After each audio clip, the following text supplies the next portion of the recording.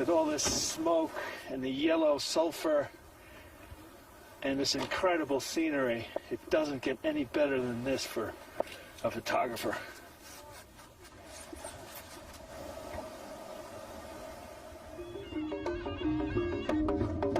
Indonesia was a lure for its spices, but in the 15th century it was also unstable. Its inhabitants were known to be violent.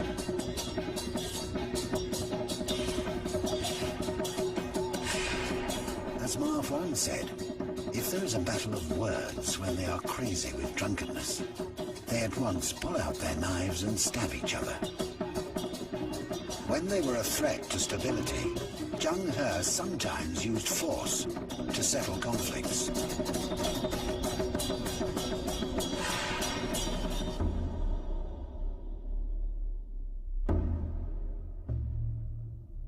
But in Indonesia, he is best remembered for his diplomacy. Today, in the city of Semarang in central Java, Zheng He is honored as a god. He even has his own temple.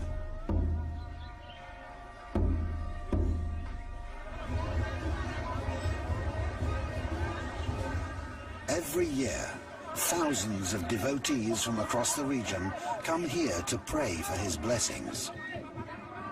Then, his veiled image is carried through the town.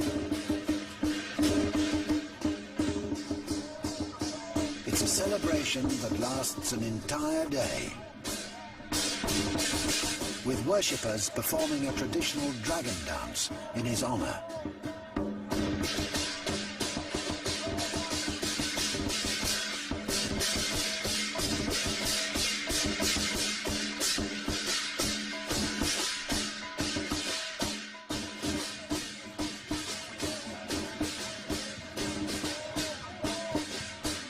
For centuries, he was virtually unknown in China. But here in Indonesia, his deeds have never been forgotten.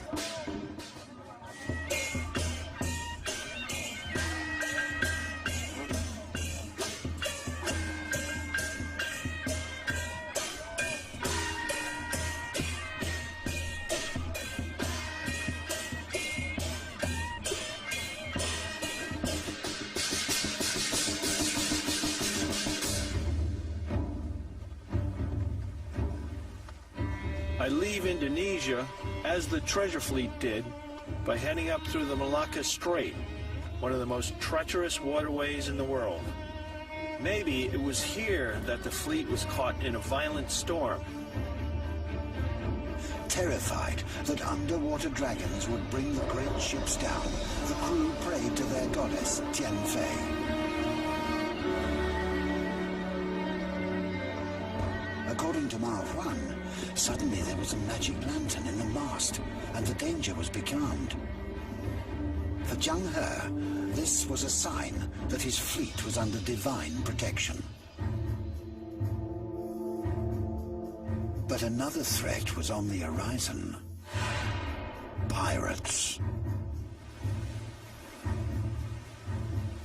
Today, the Straits of Malacca remains one of the busiest and most dangerous waterways in the world. Pirates from Indonesia routinely attack freighters heading to China and the Indian Ocean. And the early 15th century was no different.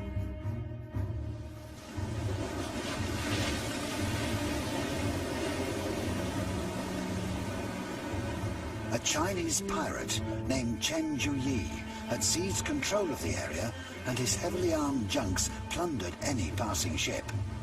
His forces were swift and deadly.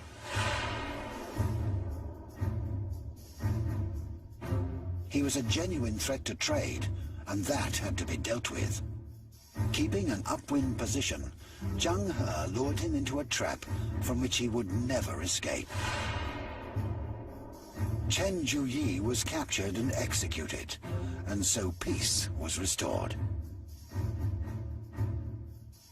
This wouldn't be the only time Zheng He would use his military power to deal with threats at sea.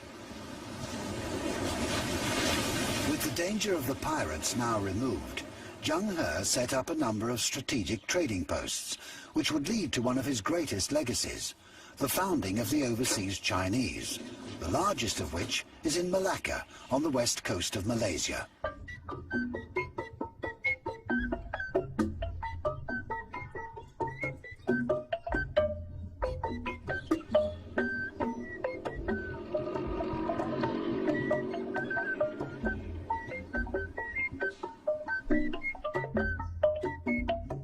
Legend has it that the Ming Emperor gifted a princess to Malacca's local sultan and 500 Chinese maidens, who intermarried with local men. Their descendants are said to be buried here on this hill called Bukit Cina, the biggest Chinese graveyard outside China. But Zheng He's legacy is very much alive.